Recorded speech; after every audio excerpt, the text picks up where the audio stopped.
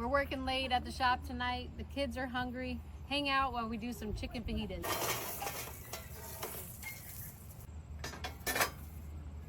I did season this with some of my special chicken taco mix.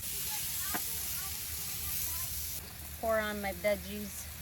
I'm just gonna add a little oil.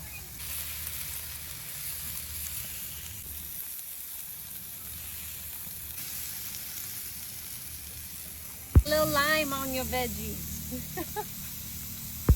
Veggies are done, so we're gonna pull those off and then we'll get some tortillas going.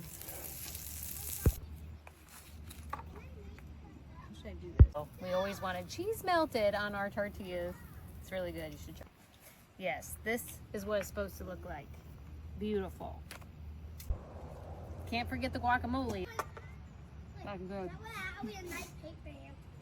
Not some chicken? Or just cheese and avocado?